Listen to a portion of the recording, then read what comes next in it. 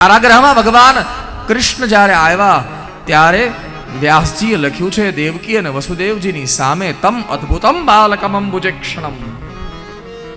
ચતુર્ભુજમ, ચાર ભુજ છે. શંખ ગદાયુધાયુધમ, શંખ ચક્ર ગદા પદ્મા હાથમાં ધારણ કર્યા છે. શ્રીવત્સલક્ષ્મમ ગલશોભિ કૌસ્તુભમ, કૌસ્તુભ મણિ ધારણ કર્યો છે. દીપક મહારાજ 10-12 વર્ષનો દીકરો હોય ને એટલી અવસ્થા વાળા આવ્યા છે. એકદમ મોટા નથી આવ્યા.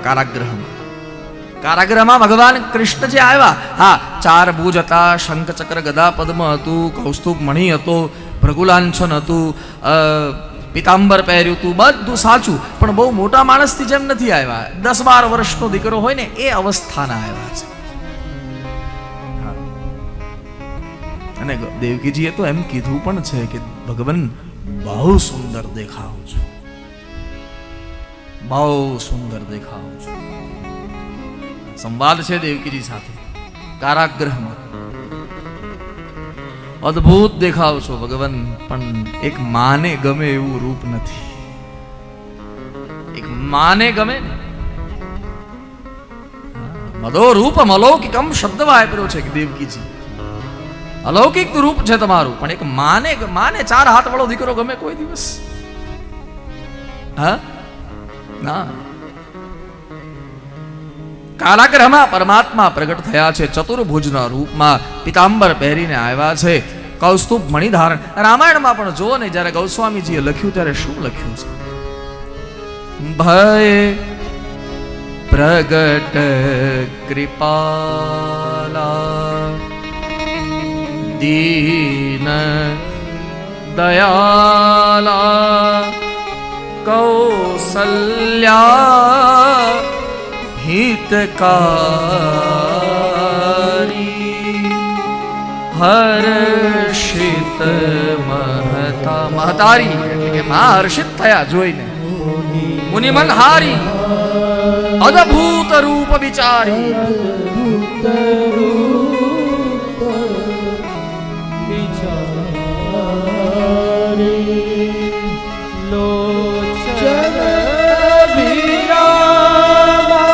તનુ ઘનશ્યામા નિજ આયુધ ભુજચારી. 4 હાથ છે.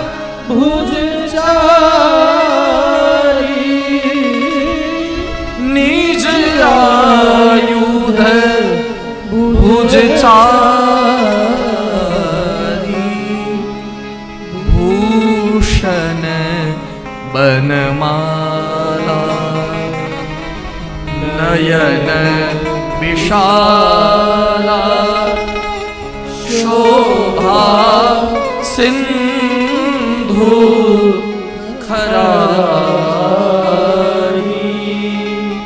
ભય પ્રગટ દીન દયાલા કૌસલ્યા હિતકારી. રામાયણમાં આવ્યા છે ને ત્યારે પણ ભગવાન રામ પ્રગટ્યા છે ચતુર્ભુજ નારાયણના રૂપમાં. પિતાંબર પહેર્યા છે, વનમાળા પહેરી છે કંઠમાં. પિતાંબર, હવે તમે મને સાહેબ એક વાતનો જવાબ આપો, પિતાંબર પહેરીને પ્રગટાય કે જન્માય? હા, આવતીકાલે કોઈ તમને એમ સમાચાર આપે કે પેલી બેનને ત્યાં ચડ્ડી પહેરીને બાબો જન્મ્યો, માનશો તમે? હા, વિજ્ઞાન માટે સંશોધનનો વિષય છે. અહીંયા પિતાંબર પહેરીને આવ્યા, વનમાળા પહેરીને આવ્યા, એટલા માટે આ વ્યાસપીઠનું નિવેદન છે કે ભગવાન ક્યારેય જન્મે નહીં, પ્રગટે. જન્મ તો વિકાર છે. जन्म होना वो विकार है, वृद्धि होना वो भी विकार है, मर जाना वो भी विकार है, प्रत्यक्ष होना वो भी विकार है, नाम होना वो भी विकार है. 6 विकार जो गिनाए गए वेद में. स्थूल हो विकार છે, प्रत्यक्ष होना विकार है. બ્રહ્મને પણ માયા મિશ્રિત કરવી પડે જો એને દેખાવું. वरना वो नहीं दिखते।